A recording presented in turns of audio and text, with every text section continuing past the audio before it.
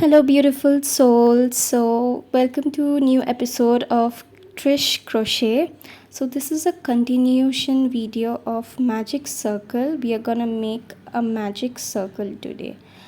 In the last video, if you can go and check my video section, we made a magic ring. We'll be making a magic circle today.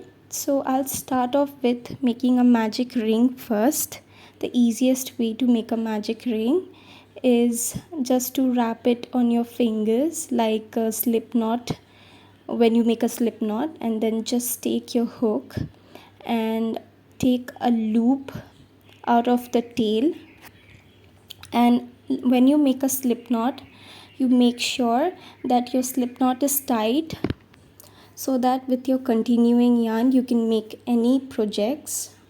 So you're going to take that loop, but you're not going to finish it. Instead, you're just going to keep it inside the circle, inside the loop, and then you're just going to pull a strand or a chain out of it. So since we are making a perfect magic circle here without any gaps in between, we are just going to make not a single chain or a single crochet stitch in our magic circle. We're going to make double crochet stitch. All right, so we're going to take that continuing yarn and pull it through our loop, and then we are going to make two chains as well. We'll count that as a one stitch, all right, because we are making 12 stitch. Okay, so we are going to continue with making our stitches. This is our first stitch, consider it as our first stitch. We'll just take the tail out from the side, and then we'll yarn over and we'll continue to make simple double crochet, okay, until we reach 12 double crochet, and then I'll show you exactly what to do.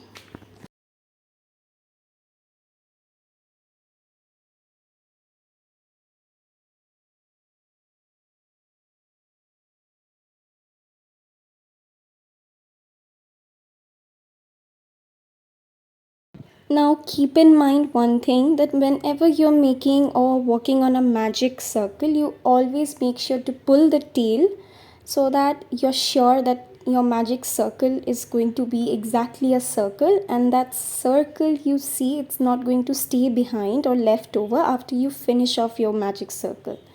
Alright, so we are going to make 12 double crochet, 12 chains you can say. Also, let me know in the comment box any suggestion or recommendation of how you make your magic circle or magic ring.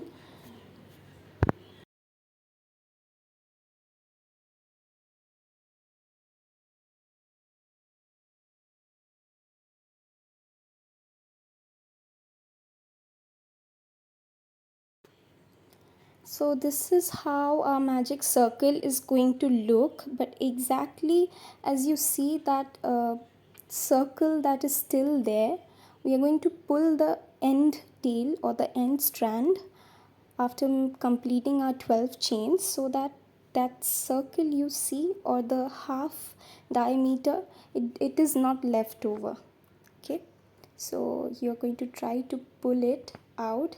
We are already done with our 12 chains. You can, after finishing your 12 chains, if you're confused, you can just go and count the chains from top to check if it's 12 chains. Already in the beginning of our work, we made one chain by simply making normal chains from our slip knot.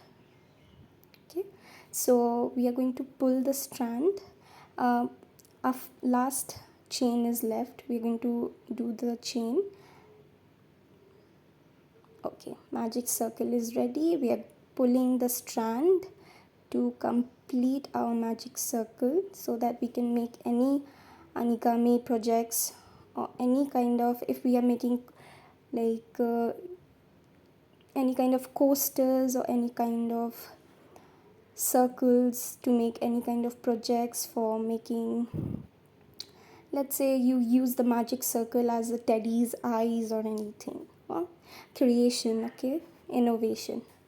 So the magic circle is ready. We're going to pull the strand until it totally looks like a magic circle and it has no gap or no center in the between. Okay, and if you want, you can also do one thing, that you can just go in your beginning chain. All right, I'm going to show it to you. Just don't yarn over anything, simply go into your beginning chain and simply pull out a loop from your walking yarn and then make a slip stitch. All right, I'll show you that, and then you can go around making a circle. If it's 12 stitch, you can just make 2 stitch in each stitches, and your circle will grow and it'll become a beautiful coaster. All right, let me know in the comment box. Take care, subscribe, like, heart, guys. Bye bye.